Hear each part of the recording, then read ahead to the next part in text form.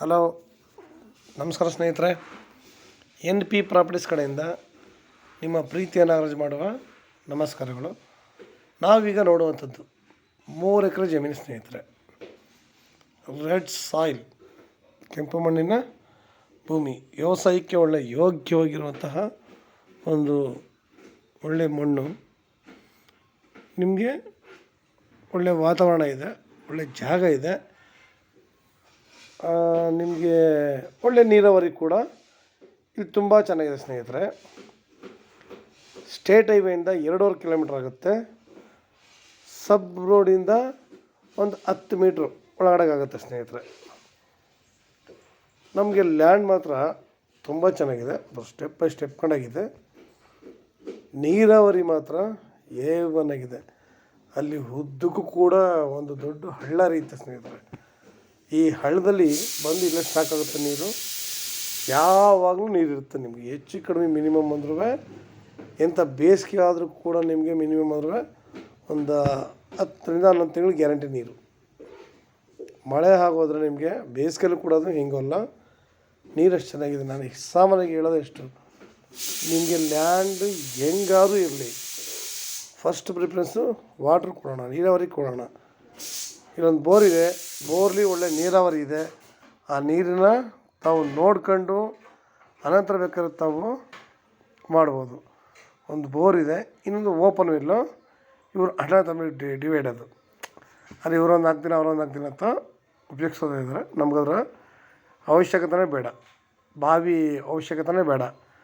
ನಮಗೆ ಬೋರ್ ಇದೆ, ಬೋರ್ ನೀರು ಸಾಕು. ನಮಗೆ ಬೋರ್ ನೀರು ಇವರೊಬ್ರಿಗೇ, ಬಾವಿ ನೀರು ಮಾತ್ರ ಡಿವೈಡಿಂಗ್ ಅಷ್ಟೇ.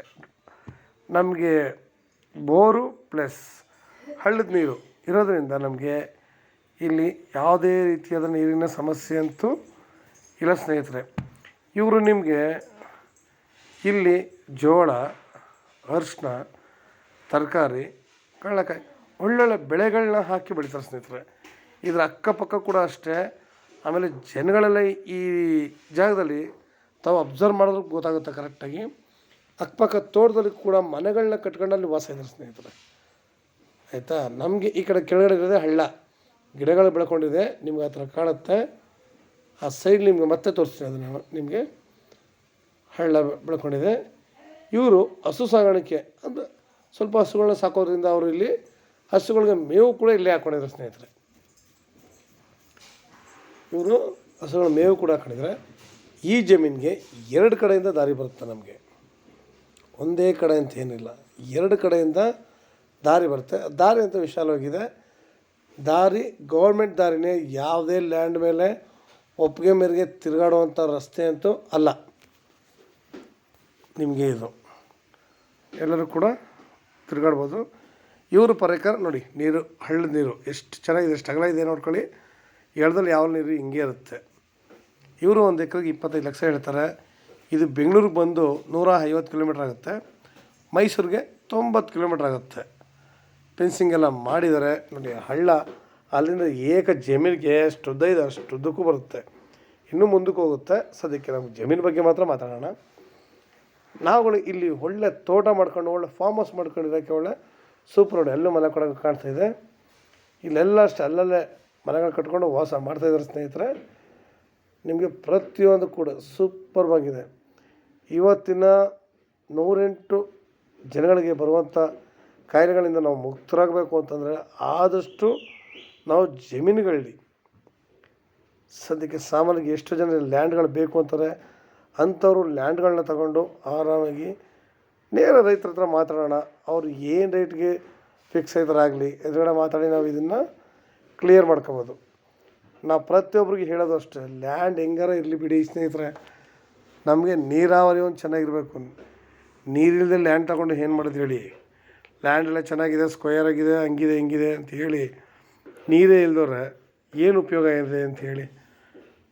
ಫಸ್ಟು ನೀರಿಗೆ ತುಂಬ ಪ್ರಾಮುಖ್ಯತೆ ಕೊಡೋಣ. ಜಾಗ ಮಾತ್ರ ನಿಮಗೆ A1 ಆಗಿದೆ, ಆಯಿತಾ. ನಾವಿಲ್ಲಿ ಒಳ್ಳೆ ತೋಟ ಅಂದರೆ ನೀವು ಇಲ್ಲಿ ಅಡಿಕೆ ಹಾಕ್ತೀರಾ, ತೆಂಗು ಹಾಕ್ತೀರಾ, ಮಾವು ಹಾಕ್ತೀರಾ, ನೇರಳೆ ಹಾಕ್ತೀರಾ, ಒಳ್ಳೆ ಹಣ್ಣು ಗಿಡಗಳನ್ನ ಹಾಕಿ ನಾವಿಲ್ಲಿ ಬೆಳೆಯೋಣ.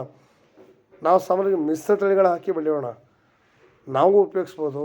ನಾವು ಮಾರಾಟ ಕೂಡ ಮಾಡಬೇಡು.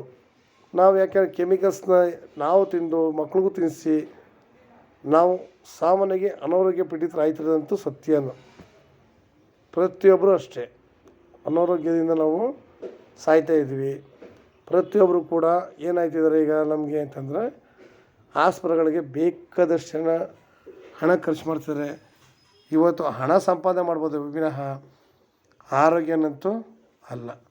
ನಾವು ಆರೋಗ್ಯ ಸಂಪಾದನೆ ಮಾಡ್ಬೇಕಂದ್ರೆ ಈ ಥರ ಲ್ಯಾಂಡ್ಗಳಲ್ಲಿ ವರ್ಕ್ ಮಾಡಿಕೊಂಡು ಸ್ವಲ್ಪ ಆದಷ್ಟು ನಮ್ಮ ಆರೋಗ್ಯನ ಸುಧಾರಿಸ್ಕೊಬೋದು ಸ್ನೇಹಿತರೆ. ನಿಮ್ಗೆ ಹೆಚ್ಚಿನ ಮಾಹಿತಿಗಾಗಿ 6360446978 ಈ ನಂಬರ್ಗೆ ಕಾಲ್ ಮಾಡಿ, ಲೈಕ್ ಮಾಡಿ, ಶೇರ್ ಮಾಡಿ ಸ್ನೇಹಿತರೆ. ನೀವು ಶೇರ್ ಮಾಡೋದ್ರಿಂದ ಎಷ್ಟೋ ಜನಗಳು ಲ್ಯಾಂಡ್ ನೋಡ್ತಾ ಇರ್ತಾರೆ.